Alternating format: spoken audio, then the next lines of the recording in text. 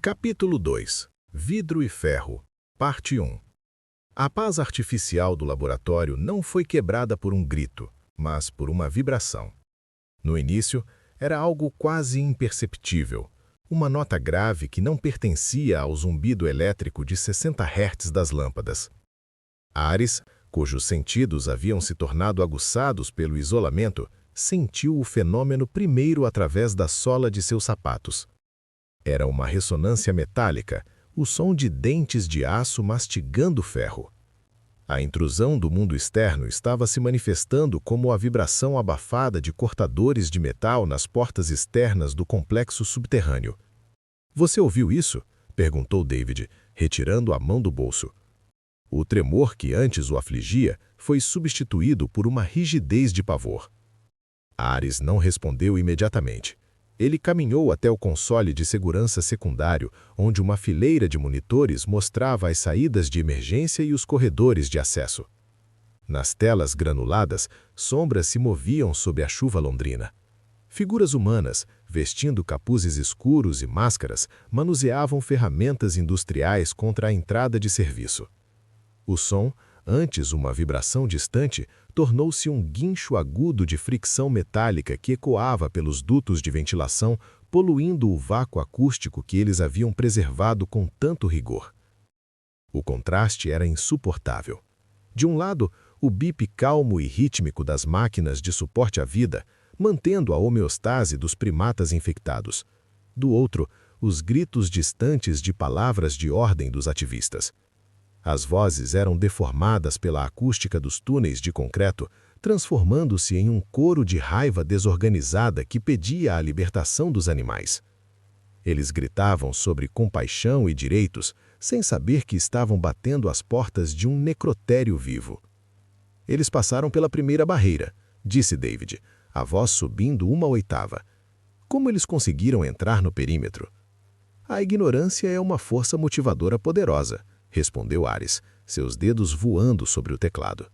Ele não sentia a raiva dos invasores, sentia apenas uma irritação técnica. Eles eram uma variável não planejada, uma contaminação biológica em um experimento controlado. "Vou iniciar o selamento total. Se fecharmos as portas de titânio da ala B, eles podem ocupar o resto do prédio sem comprometer a contenção."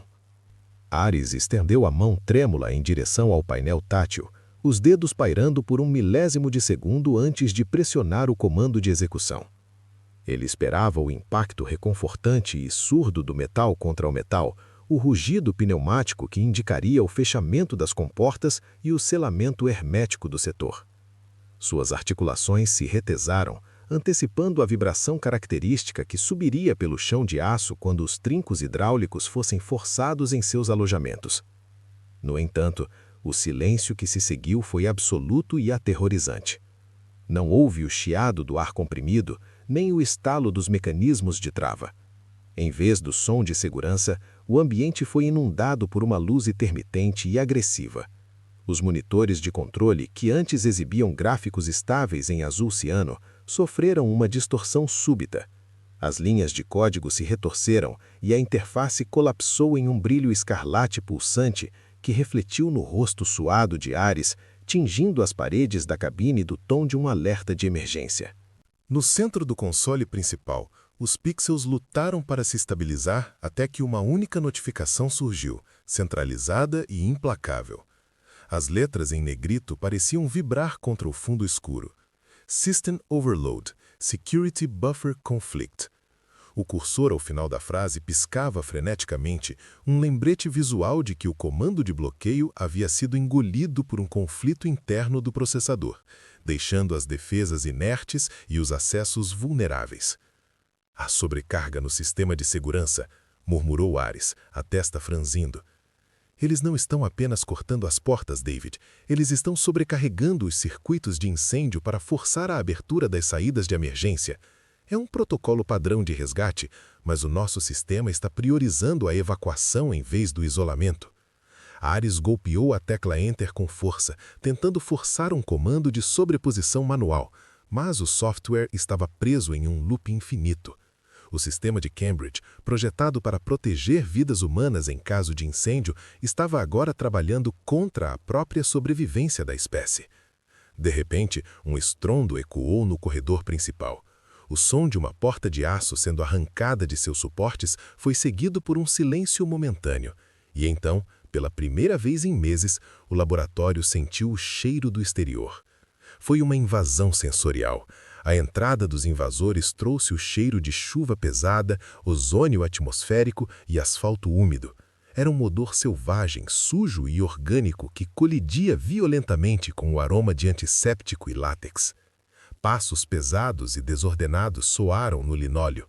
A porta da sala de observação foi escancarada e 3 figuras entraram. Eles usavam jaquetas de nylon molhadas que emitiam um ruído de fricção irritante.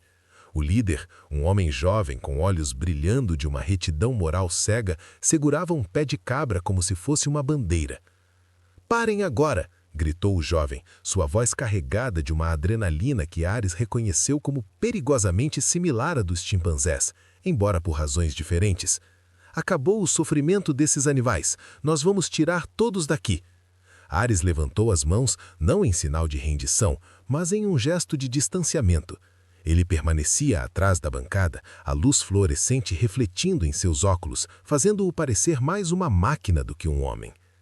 "Vocês não entendem o que estão fazendo", disse Ares, sua voz soando terrivelmente calma em meio ao caos.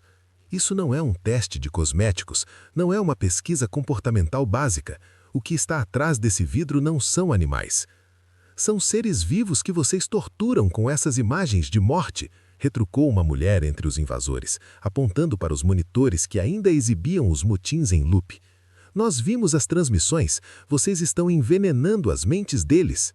Iniciou-se um diálogo tenso, um choque de realidades onde a ciência tentava explicar o invisível para quem só conseguia enxergar o óbvio do sofrimento físico. David, visivelmente tremendo, tentou intervir. "Por favor, ouçam o Dr. Ares", implorou David. "Existe um patógeno, um vírus. Ele é transmitido pelo sangue. Ele está em um estado de latência química agora, mas se vocês abrirem aquelas jaulas, o inibidor vai falhar. Vocês não estão libertando ninguém, estão apenas abrindo a caixa de Pandora." "Vírus? Esse é o papo de sempre", zombou o líder dos ativistas, caminhando em direção à trava manual da ala B. "Vocês sempre usam o medo da doença para justificar a crueldade.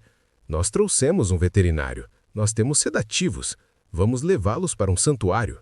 "Não existe santuário para o que eles se tornaram", disse Ares, dando um passo à frente, sua voz agora ganhando uma autoridade gélida. "O que está ali é ódio purificado, é uma falha no sistema operacional da consciência. Se vocês romperem o vácuo desta sala, o tempo de resposta da sociedade será 0. Vocês estão olhando para um chimpanzé e vendo uma vítima. Eu olho para ele e vejo um sistema de entrega para a aniquilação total. O vírus não quer viver em um santuário, ele quer se replicar. E ele faz isso destruindo tudo que você considera humano." O líder dos ativistas parou por um segundo, a mão a poucos centímetros da alavanca de liberação manual. O cheiro da chuva em suas roupas parecia evaporar no calor do laboratório, substituído pelo suor do confronto. Por um breve momento, o bip rítmico das máquinas pareceu ganhar volume, como se o coração do espécime 49 estivesse batendo dentro dos ouvidos de todos os presentes. "Vocês falam de vírus como se falassem de demônios", disse o ativista, recuperando a confiança. "Mas os únicos monstros que eu vejo aqui usam jalecos brancos." Ele agarrou a alavanca. Ares fechou os olhos por um breve segundo, não por medo, mas por uma decepção intelectual profunda.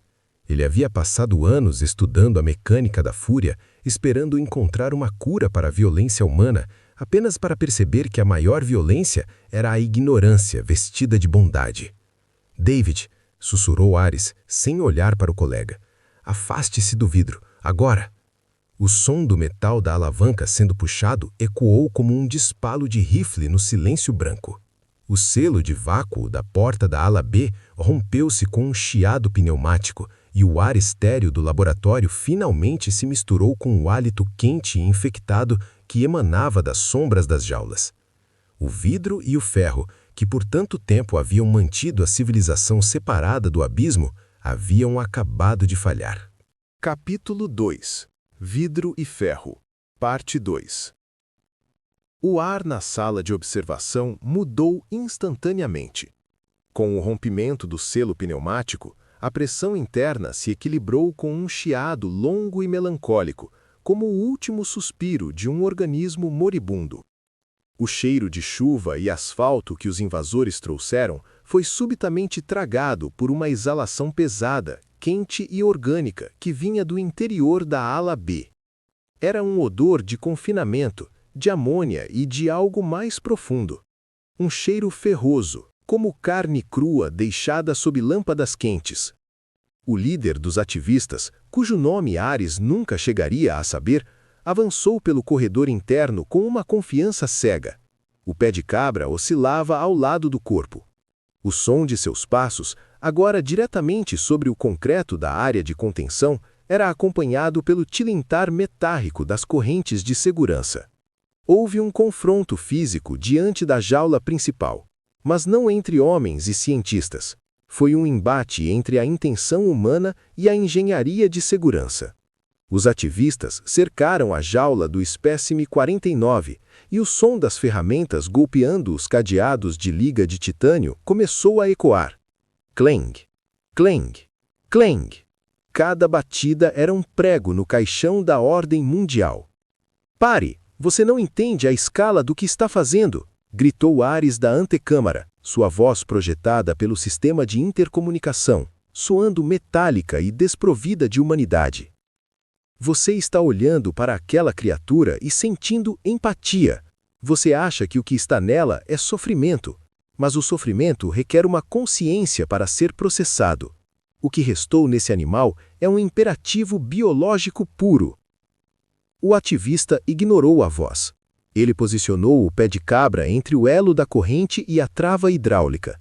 Seus companheiros se aproximaram, segurando redes de transporte e mantas térmicas, preparados para um resgate que, em suas mentes, seria heróico. O ódio não é uma emoção, seu idiota! Ares rugiu, abandonando pela primeira vez sua compostura clínica. A advertência final de Ares sobre o ódio ecoou pelas paredes de azulejo branco. Nesse laboratório, o ódio não é algo que você sente, é um patógeno. É uma infecção física que sequestra o sistema nervoso. Se você abrir essa porta, você não estará libertando um animal, estará permitindo que uma ideia química devore o mundo. O ativista parou por um segundo, o suor escorrendo por baixo de sua máscara. Ele olhou para o chimpanzé. O animal estava sentado no canto, a cabeça baixa, os braços pendendo entre os joelhos. Parecia a imagem perfeita da derrota e do abuso. Essa visão alimentou a fúria justa do invasor.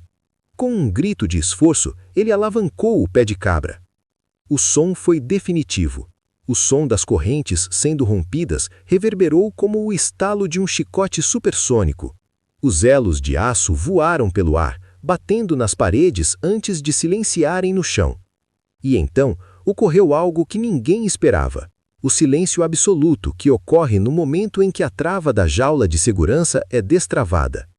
Por 3 segundos, o tempo pareceu coagular. O zumbido das luzes sumiu da percepção de Ares. David, ao seu lado, parou de tremer, congelado em uma pose de terror estático. Os monitores de batimentos cardíacos pareciam ter suavizado seus bips. Naquele vácuo sonoro, a porta da jaula deslizou para o lado, movida apenas pela gravidade e pelo desequilíbrio das dobradiças. Houve o primeiro contato visual entre um ativista e o infectado. O jovem invasor se abaixou, retirando a máscara para que o animal pudesse ver seu rosto humano, acreditando ingenuamente que a visão de um salvador acalmaria a fera. Mas o que ele encontrou não foi o olhar de um primata agradecido ou aterrorizado. O espécime 49 levantou a cabeça. Seus olhos eram globos de um carmesim profundo, onde a íris e a esclera haviam se fundido em um mar de hemorragia interna. Não havia brilho de inteligência, nem faísca de medo. Havia uma ausência total de reconhecimento de espécie. Para o infectado, O homem à sua frente não era um semelhante, nem um salvador, nem mesmo um inimigo. Era apenas biomassa. Era um alvo. Era a próxima etapa do caminho do vírus. Ele está doente. A mulher ativista sussurrou, a dúvida finalmente perfurando sua armadura de idealismo. Ela não recebeu resposta. O silêncio foi estraçalhado pelo som do primeiro salto. Não houve a sinalização comum da predação, nem o erguer de lábios para expor as gengivas, nem a retração escapular que precede um bote. O vírus havia reescrito as leis da economia muscular, descartando o aviso motor e os sinais de fadiga que normalmente ancoram um ser vivo à sua biologia. O chimpanzé não começou a se mover. Ele simplesmente existiu em velocidade máxima. O silêncio do laboratório foi estilhaçado por um estalido seco, o som de fibras de tendão sendo esticadas até o limite da ruptura, sob a pressão de uma contração química antinatural. Quando os pés do primata atingiram o solo para o impulso inicial, o ruído não foi um passo, mas uma detonação de carne e osso contra o linóleo frio. Foi um som pesado, denso e perturbadoramente úmido, como se a força do arranque tivesse esmagado as próprias camadas de tecido sobre a pele do animal. O espécime 49 cruzou o intervalo de 3 metros sem a elegância de um caçador. Sua trajetória foi retilínea e frenética, assemelhando-se mais a uma descarga elétrica saltando entre polos do que a um ser orgânico. Não houve hesitação ou correção de curso. O impacto contra o queito do líder ativista foi sônico e estrutural. O som foi abafado e grave, ecoando como um saco de areia sendo golpeado com toda a força contra uma parede de concreto. Sob a força da colisão, o oxigênio foi expulso dos pulmões do homem em um suspiro involuntário, enquanto o pé de cabra escapava de seus dedos inertes, atingindo o chão com um tilintar metálico que pareceu minúsculo diante da violência do ataque. O corpo do homem foi arremessado para trás, uma massa desgovernada que só parou quando suas costas se colidiram contra os arquivos metálicos, fazendo as gavetas de aço vibrarem em um estrondo oco. O que se seguiu foi uma cacofonia de horror puramente físico. Ouviu-se o clique rítmico e seco de dentes batendo contra dentes, uma mandíbula movida por impulsos elétricos descontrolados que ignoravam a integridade do esmalte ósseo. Acima disso, o som do nylon sendo dilacerado, um chiado agudo de fibra sintética cedendo, misturava-se ao primeiro grito humano.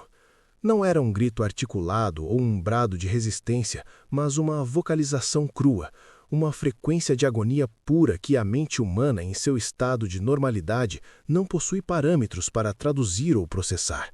Era o som do colapso biológico em tempo real. "Cela anticâmara! Cela agora!" gritou David, caindo para trás e derrubando uma pilha de bandejas metálicas que espalharam um som de sinos caóticos pelo chão. Ares não se moveu. Ele estava hipnotizado pela pureza do que via. O infectado não estava comendo o homem. Ele estava simplesmente destruindo-o. Seus movimentos eram espasmódicos, curtos, de uma força que desafiava a anatomia. Cada golpe do chimpanzé contra o rosto do ativista era acompanhado por um som de impacto seco, o som da ciência sendo substituída pela fúria. Pelo vidro da antecâmara, Ares viu o sangue espirrar. Não eram gotas isoladas, era um spray fino, uma névoa vermelha que foi tragada pelo sistema de ventilação e soprada de volta para a sala, carregando o vírus para cada centímetro cúbico de oxigênio disponível. A mulher ativista tentou correr, mas seus pés escorregaram no sangue que agora se espalhava pelo linóleo cinza com uma rapidez assustadora. O segundo chimpanzé já estava fora da jaula. O laboratório, antes o ápice da esterilidade e do controle, transformara-se em segundos em um cenário de entropia absoluta. O vidro, que Ares acreditava ser sua proteção, agora parecia uma membrana frágil demais para segurar o que ele mesmo ajudara a criar. Ele sentiu o cheiro de ferro se tornar insuportável. "David, olhe", disse Ares, sua voz soando como se viesse de outro mundo. Ele apontava para o monitor de David. O tempo de latência acabou. A ignição foi de 1,4 segundos. É perfeito. É a arma biológica mais eficiente da história da medicina. David olhou para Ares com um horror que superava o medo dos infectados. Ele viu que, diante da carnificina, Ares ainda estava fazendo anotações mentais. O colapso da civilização havia começado com um estalo de correntes e o som de carne batendo no chão. E os arquitetos do desastre estavam ali, assistindo em alta definição.